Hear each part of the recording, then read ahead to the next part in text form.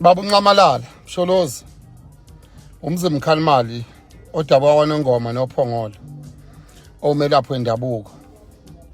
Baba uNcamalala ngiyacela baba wethu president wethu nobaba uHlabisa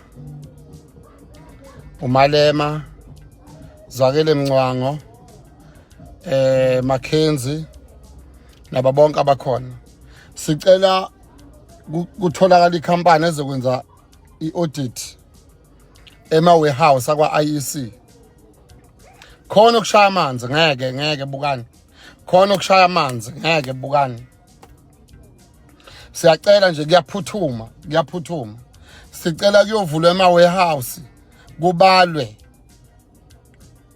kubalwe yonke into ekhona kwa-IEC ngiyacela bafowethu siyacela nje mina nje njengami ngiyacela kuyobalwa kuvulwe ama-warehouse akwa-IEC lagcinwe khona ama-storeroom kubalwe ama-VD njengoba kade kuvotwa lapha ey'teshini kubalwe A up to Z. Khona into wrong bukani ngiyanitshela mina.